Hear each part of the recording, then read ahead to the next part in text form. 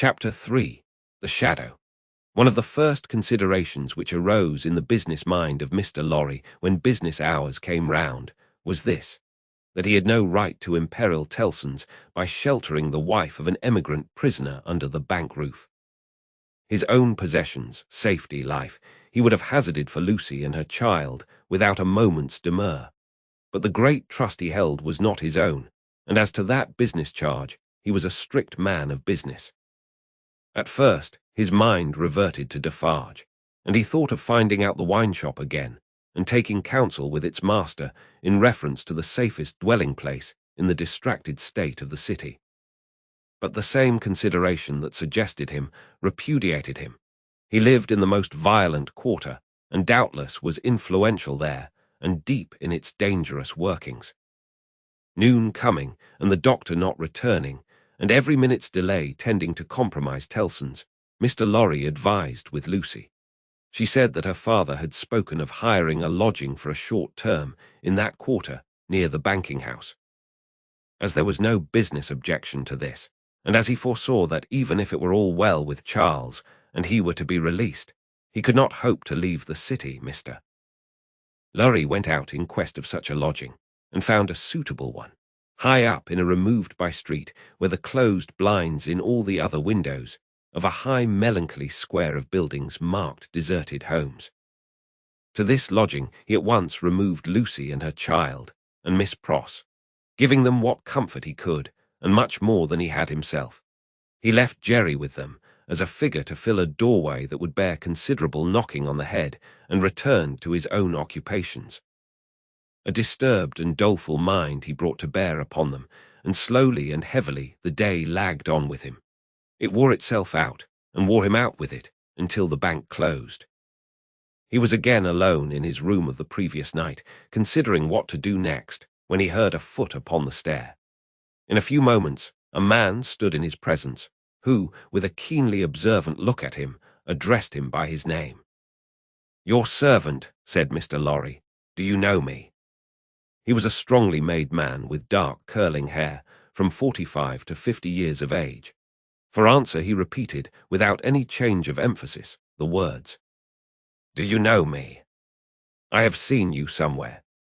Perhaps at my wine shop." Much interested and agitated, Mr. Lorry said, "You come from Dr. Manette?" "Yes, I come from Dr. Manette." "And what says he? What does he send me?" Defarge gave into his anxious hand an open scrap of paper. It bore the words in the doctor's writing, "Charles is safe, but I cannot safely leave this place yet. I have obtained the favour that the bearer has a short note from Charles to his wife. Let the bearer see his wife. It was dated from La Force within an hour. Will you accompany me?" said Mr. Lorry, joyfully relieved after reading this note aloud, "to where his wife resides."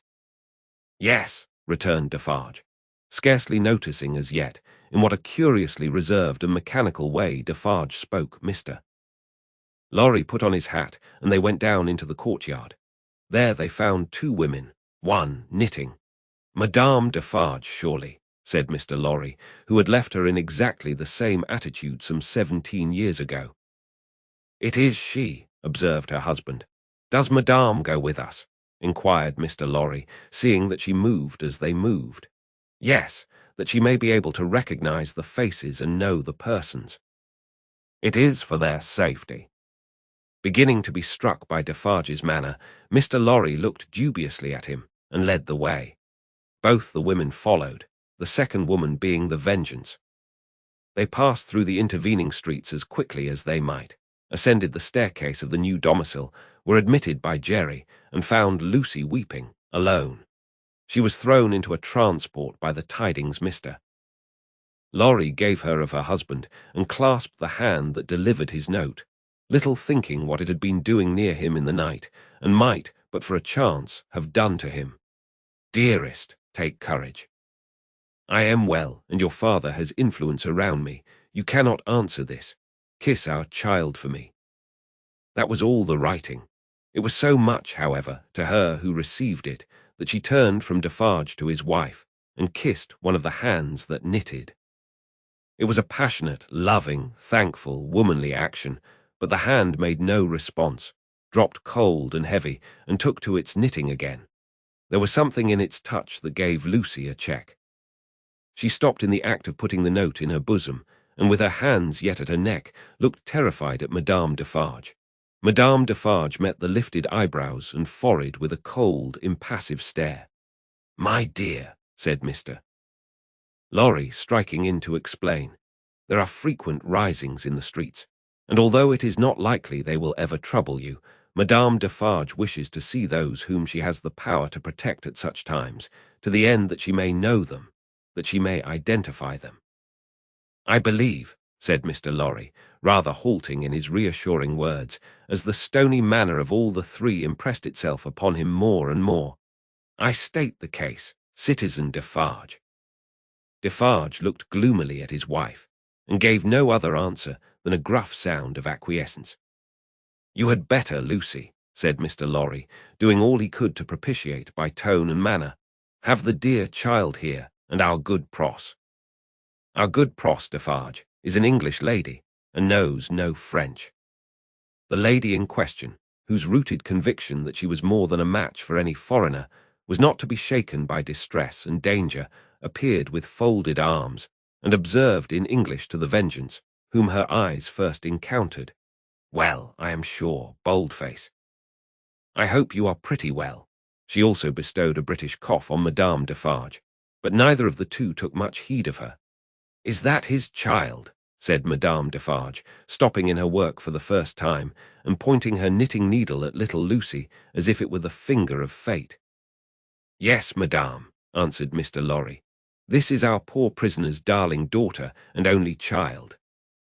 The shadow attendant on Madame Defarge and her party seemed to fall so threatening and dark on the child that her mother instinctively kneeled on the ground beside her and held her to her breast.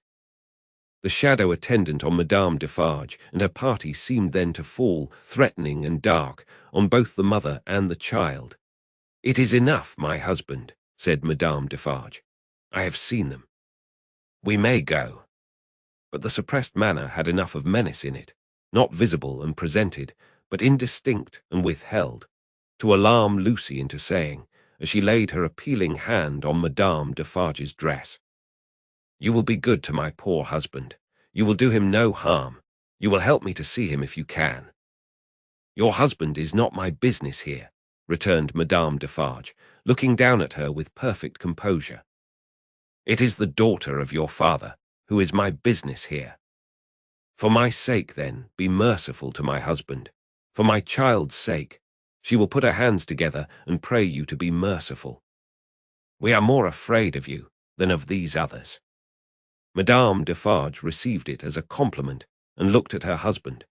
Defarge, who had been uneasily biting his thumbnail and looking at her, collected his face into a sterner expression. "What is it that your husband says in that little letter?" asked Madame Defarge, with a lowering smile. "Influence. He says something touching influence."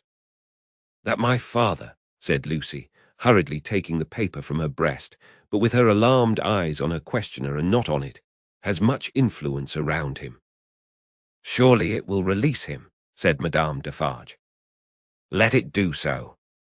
"As a wife and mother," cried Lucy most earnestly, "I implore you to have pity on me and not to exercise any power that you possess against my innocent husband, but to use it in his behalf.